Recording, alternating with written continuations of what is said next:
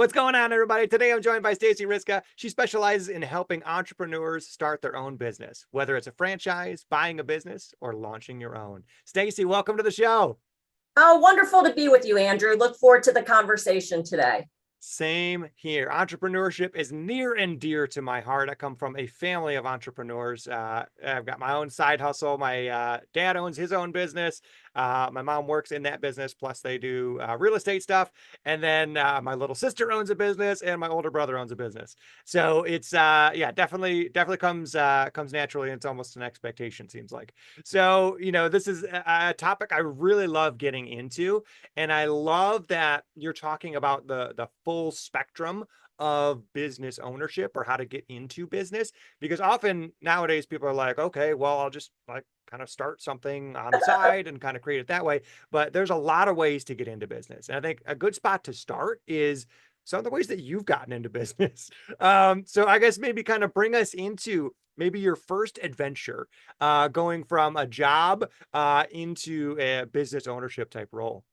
Yes, Andrew, I've been down all the paths.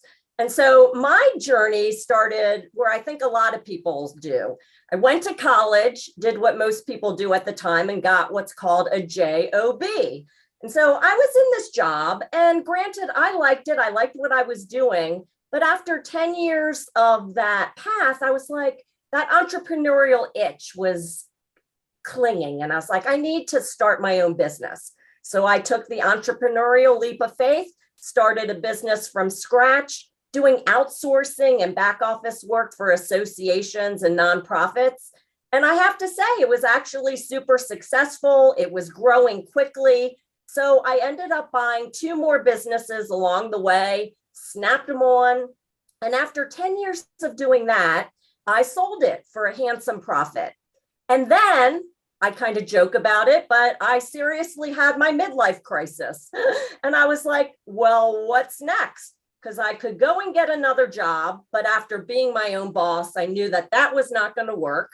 I could start another business from scratch, but I knew the pros and cons of doing that. And I didn't really have anything in mind of what to do. Well, then the light bulb moment, a franchise, a proven system. But which one? There's so many of them.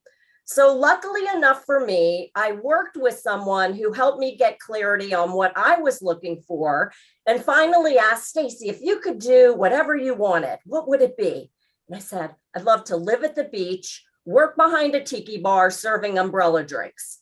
And he said, I have the perfect franchise for you. So long story short, my husband and I invested in a Hawaiian themed coffee smoothie franchise, which we still own today, 19 years later. And ever since day one, we were always the number one franchisee. So people were reaching out to us saying, what are you doing? You're so successful. Can you teach me what you're doing? Just forget. Can you just do it for me? So the entrepreneur in me said, yes, I can. And I started a done-for-you marketing agency. Well, then this thing called COVID hit. Maybe you've heard of it, right? And probably just like everybody else, it forced me to hit the reset button and really get clarity on my why. And at the time, I realized what I really wanted was more of a lifestyle business, something where I could have freedom and flexibility to travel. But I had this passion, an inner desire to help aspiring business owners get into business and be successful and profitable. And I knew from my experience is that the most fastest way to do that is through franchising. So that's why today I call myself a franchise educator and matchmaker, because I help people learn about and explore business ownership. And then if it makes sense for them, I help them learn about all the different options and ultimately match them to a business that would be a perfect fit. I love that. I absolutely love it. And you look at that journey of entrepreneurship, launching your own business, eventually going up and buying other businesses, selling your business, starting a franchise, right? Like it's so interesting to kind of see that over time, all those changes. And it's not like it's a short period of time. It's not like you did this over the course of 2 or 3 years, right? We're talking decades here, right? There's a lot of effort, a lot of work, and a lot of time to create all of these things. I want to zoom back in on that early entrepreneurship period, and then we'll fast forward again into franchising. So, looking at that earlier time period, you started your own business, you were kind of working it on your own, and then you bought other businesses. And I feel like a lot of people never quite get to that spot or never even consider that of like buying out or buying another business to attach to your own. Talk to me about exactly what you were providing as a service or a product, and then what other either complementary or competitive products that you brought in to either complement or or buy a book of business. I guess walk us through that. Yeah. So as I was saying, my business at the time, it was outsourcing work, which at the time was a buzzword, but we were doing data processing, call center, all the back office work of associations and nonprofits. And people meaning the businesses who were our clients, really, we found that they needed more support. Like they were sending out mailings and direct mail, but we didn't have the capacity in-house to do it. So my options were I could build it from scratch. I could go out and buy a warehouse and all the equipment and figure out how to run a forklift and all the things that go into owning a warehouse. Or I could buy one that's already existing, that has the infrastructure in place, and just snap it on to what I was doing. So that's what I did. I was able to find an existing business, somebody who was looking to get out. They were retiring. They had everything in place. They even had some clients that wonderfully they just snapped on, and we got an additional client base. And then the other business was a little bit different, where they were doing some fulfillment work as well. So what we were able to do is, by listening to what our clients needed and what they were asking for, we wanted to be the go-to solution to do that. And so without then having to start the business from scratch and figure it all out and probably make a lot of mistakes along the way, by looking at an existing business, we could just snap it on. Perfect. So just for my mental clarity, right? The first one was kind of a complementary business, doing something that was helpful that you needed, that also was itself functional, and then had its own client base that could also feed into your other business. And then that second business was basically a competitor or similar in scope to what you were doing, and kind of just expanded your business reach in that realm.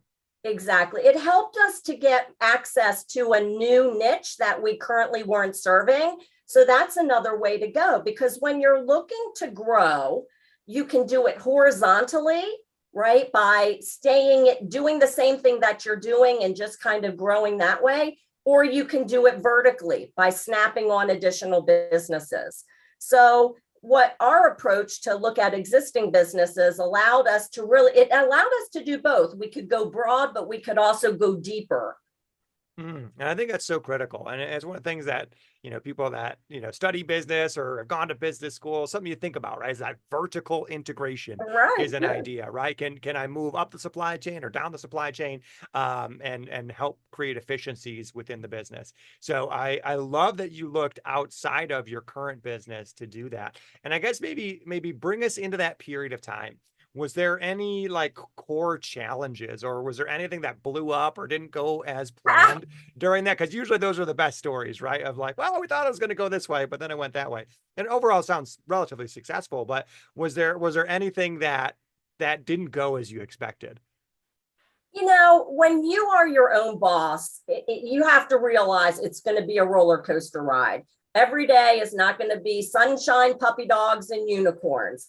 And certainly when I was my own boss, it was definitely that way. The downside of being your own boss, and so many people aspire to have that entrepreneurial drive and just be a solopreneur. In my opinion, the downside of that is that you get to be the CEO, which is great, right? But not actually, because CEO means Chief Everything Officer. And so, Andrew, what I can tell you from hindsight being 2020, looking back on it, I realized that I was trying to do everything. But yet, in running a business, as you sort of grow and scale, you have to take your hands out of the day to day.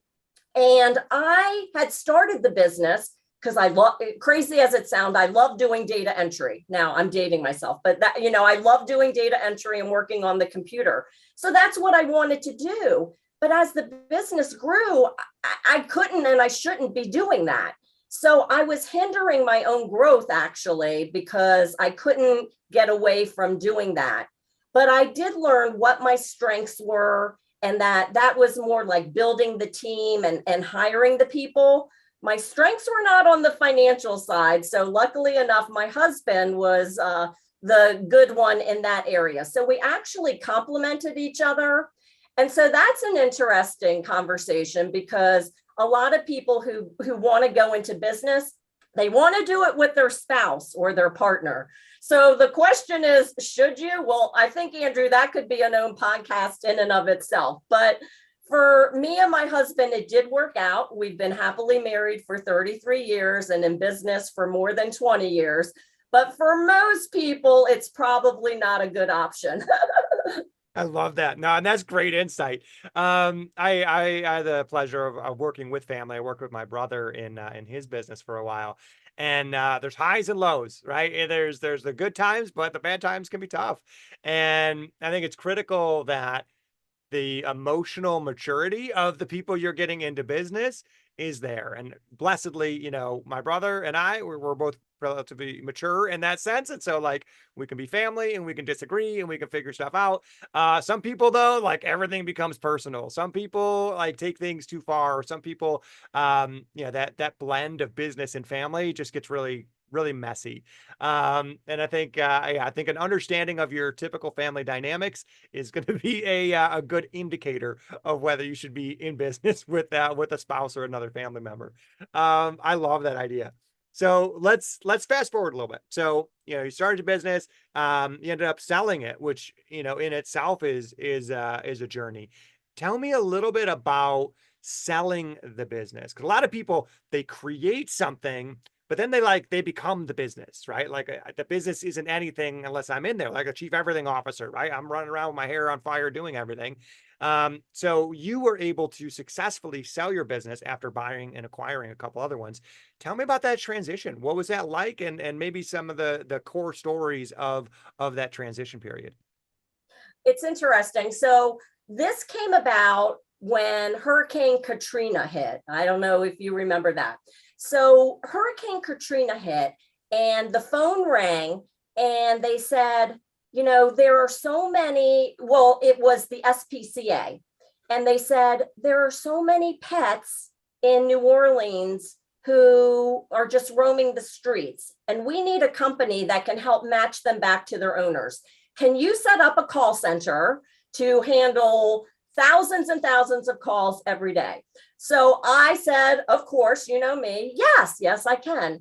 And so I felt like I was on The Apprentice. In 24 hours, we had the networking done, the call center all set up, 50 people hired, and we were answering phones. The good news is it brought in a lot of money. And at the time, as I had shared with you, I realized I was just so bogged down wanting to just do data entry. And I didn't really want to grow I didn't want to focus on what I should have been focusing on at the time. And my husband and I had this conversation. Well, maybe it's time to exit. So since we were super profitable and we had good financials to share, we went out and we kind of threw it out on the market. And we worked with a business broker. They brought us boom, it went so quickly. I guess because the business was unique in and of itself. It had great financials and it was in a dedicated niche where there wasn't a lot of competition. So it sold very quickly. Now, I had never sold a business before, so I certainly learned a lot. And I will share with you one lesson that was kind of a downfall that other people may not know about. So when we sold the business, they made us stay on as a guarantor. And when we looked at the financials of the people buying it, it was okay, no problem. They have the money, they paid us cash, we're good to go. Well, a year later, they had driven that business into the ground. And we ended up getting sued for 6 figures for back rent because they had walked away from the business. And ultimately, as crazy as it sounds, we had to pay that. We were on the line because we had signed a document saying that we would be a guarantor for it.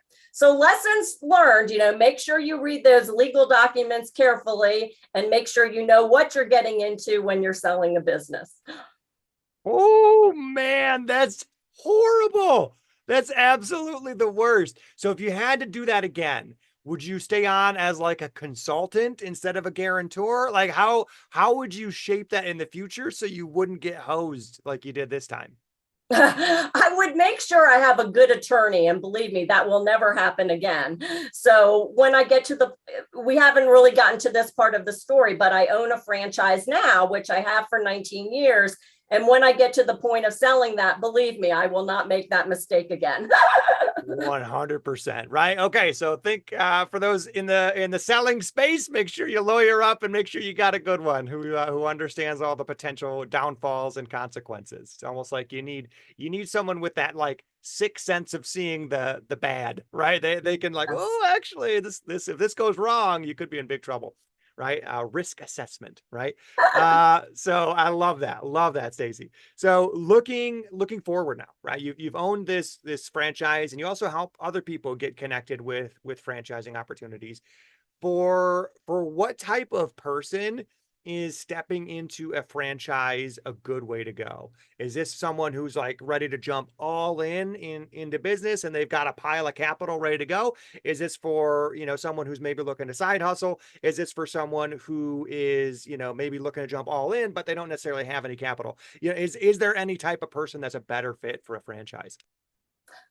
Well, it's a great question. And the answer is all of the above. Because let's start with a pop quiz. Andrew, how many different franchises do you even think there are? If you were to look at concepts, how many different ones? Oh man. I would not even be able to guess. If I had to guess, are we talking like different businesses and possibly there's multiple businesses in any particular niche? Like, So man, there's McDonald's, there's Subway. So how many different franchises do you I would think? guess like in the US, probably 6,000 easily. Okay, close, but you're even a little high. So there are Oh, more okay. than 4,000, but Got it. that's a lot. There are more than 4,000 different franchises. So look, here's the reality. Nobody wakes up today and says, hey, I want to buy a franchise. But a lot of people are really curious about it. But when they think about it, they think, oh, it's just all French fries and fast food. I don't want to own a restaurant. I don't want to own a McDonald's. And even if I did, it's more than, $1 million cash to get in. Well, here's the thing. You may not realize, but there is a franchise for everybody in every situation because there are so many different business models. You may look at a franchise that is what's called owner operator. And that's a business where you're going to work in it. Like think about an accountant or a bookkeeper, somebody who's in there day to day and is putting their heart and passion into being part of the business. But the more popular models, one is called semi-absentee. And this is a good snap on for somebody who's thinking of dipping their toe into it, but they might have a really good job, whether they like it or not. And then they're going to start this little side hustle, like you mentioned, starting a side hustle. So with a semi-absentee, you're going to really have a manager out of the gate running it, getting it up and running. And therefore, you can still keep your job or whatever you have. And then you're putting in maybe 5 to 20 hours a week running your business. The third model is more passive income. And this is where I kind of joke and I say, set it and forget it. But obviously you want to be involved in your business. But think about concepts like vending. You place a machine and then the money just comes in, and every once in a while you have to restock it. Or fitness. On the first of the month, every month, ching, ching, ching, all the dues come in for those memberships. Or real estate. Every month you're getting paid rent or property management fees. And there are franchises in all of those concepts. And then there's even one more model that is slowly emerging in the franchise industry called the investor model.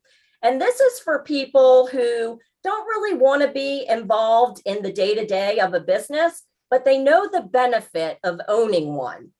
So some of the franchises say, okay, we'll do it all for you. We'll put the manager in place. We'll hire the employees. We'll run the day to day. You're just an investor. You put the cash in, you get the benefits of owning the business, and then you get the return on your investment. So to me, that's a very intriguing model for those who realize that they may not want the headache, so to speak, of running a business, but they want the benefits of owning one. I love that. And you look at the returns often if you compare the stock market versus a successful business. And from what I see, a successful business, when done well, can very much outpace any other type of investment opportunity, which is why you see all these big name people, as venture capitalists, because they recognize that, man, business is a great way to generate revenue and generate profits. So, okay, I love that. And I love how you kind of laid out there's kind of a spot for anybody, Yeah. right? Someone who's dipping their toe in, someone who's got some financial means, someone who doesn't have financial means, right? Being able to find something that works for them. So if we were to maybe tell the story of someone who started exploring franchising with you, maybe bring us into an example of someone who maybe came to you not really thinking of franchising, but they ended up getting one and maybe they were wildly successful with it. Can you maybe bring us into a story like that? Absolutely. And as I said, nobody wakes up today and says, I want to buy a franchise, but a lot of people are curious about it. So here's what happens. The first thing they do, not surprisingly, is they go to Google and they start searching, right? And so what happens is when you do that, two things. One is, unfortunately, there's a lot of misinformation out there. And most people at that phase don't know what they don't know. So they're assuming that everything is correct. And then the second part is that with 4,000 franchises and all these different business models that I just reviewed, how could you possibly know which one is best for you? When I got into my franchise, I had never even heard of it before. But because the person who worked with me did their homework, really helped me get clarity on what was important, they made a great match. And when you make a great match, you're much more likely to be successful and profitable because you're going through a process. And if you do that on your own, chances are you won't have the same outcome. So I have many examples of clients that I've worked with and helped. Even yesterday, I just closed one. I work with a lot of veterans or transitioning military. And Andrew, I can tell you, they make some of the most successful franchise owners. I think a lot of it is because they come in already predisposed to know how to follow a system. And that's what a franchise is. It's just, can you follow the system? If so, great, you could be a franchise owner. So this candidate, I've been working with them for about a year, husband-wife team. And the husband knew that he was going to be transitioning out of the military, and there was no way he was going to be sitting behind a desk. And so we talked about that, what he wanted to do. And much of his passion revolved around automobiles. He loved fixing and tinkering and working on automobiles. So we ended up matching him ultimately to a concept called Black Optics Tint, which is a tinting and automobile accessory franchise. So he just signed on. He's not yet open, but he's already going through the real estate process. Another benefit of a franchise, they're going to help you find the best location to open up. And so he's going through that process and getting his pre-marketing in place so they can have an unbelievable grand opening. But I'll share another example with you where I worked with a client who actually owns a business. And some people don't think about this, like, well, why would I want to look at a franchise if I already own a business? Right? Well, for some people, it makes a lot of sense, such as my client. She came to me because she said, I've always been intrigued with franchising and I own my own business now, but I'm looking at the end game, what I want to do longer term when I retire and still have a business, something that I can do. So she owns like a health and wellness business. She does consulting and she enjoys working with people. But she was, again, looking at sort of longer term, something that would allow her to travel, enjoy life, still make some money. Fast forward, she invested in a travel agency slash franchise. And she is loving what she's doing because she's helping people just create these amazing experiences. Personal Insight, I was her first client, and she planned a trip for me and my family to go to Ireland, where we spent 10 days doing a destination wedding. And she was amazing. So I am not surprised that that was a great match for her. And she's going to be so successful doing it. So in all of these cases, you can see how by really understanding what's important to the person and then matching them to franchises that would be a good fit. And working with me to help you do that is so much better than just going out there and Googling and saying, oh, this franchise looks interesting. Let me fill out a form and get lots of text, emails, and calls and not even know if it would be a good fit for you. I love that. And I think that's really important, is getting that direct insight from somebody who's in touch with a number of different options, who can help connect you to that right one that fits that person, that personality, and that experience. I love it. So for those that want to be connecting with you, Stacy, that want to get into your world, want to get to know you, what's the best way for people to do that? Oh, thanks for asking. My home base is nextlevelfranchisegroup.com. That's my website, and there are tons of free information and resources on there. Excuse me. There's even a fun little interactive quiz that you can take that will guide you through asking you some questions and will kind of match you to categories of franchises that might be a good match. So that would be a good place to start. Or feel free to connect with me on LinkedIn. You can find me at Stacy Cohen Riska. So it's Stacy, Stacey, Cohen Riska, Riska. Perfect. And if you were to share one last story, one final bit of insight, or something that can get the audience motivated to tackle their business dreams, what would you want to share? Well, my tagline is #YouGotThis. Because when you're looking to become an entrepreneur, a business owner, a franchise owner, whichever path you want to pursue, look, you're going to face the F word, and the F word is fear. Fear, and you can't let that hold you back from going after your dreams. If you're miserable in a job, if you know there's something more, if there's something that you're super passionate about and you know that it's your destiny to be your own boss, then follow that path. Don't let fear hold you back. I want you to know that you got this. And whether it's me or other people who have gone down the path, I know that in my case, I'm more than happy to share the good, the bad, and the ugly. I will say that every day is not perfect, but #YouGotThis. Love that, Stacy. Thank you so much for coming on the show. Thank you, Andrew. Joy being with you today.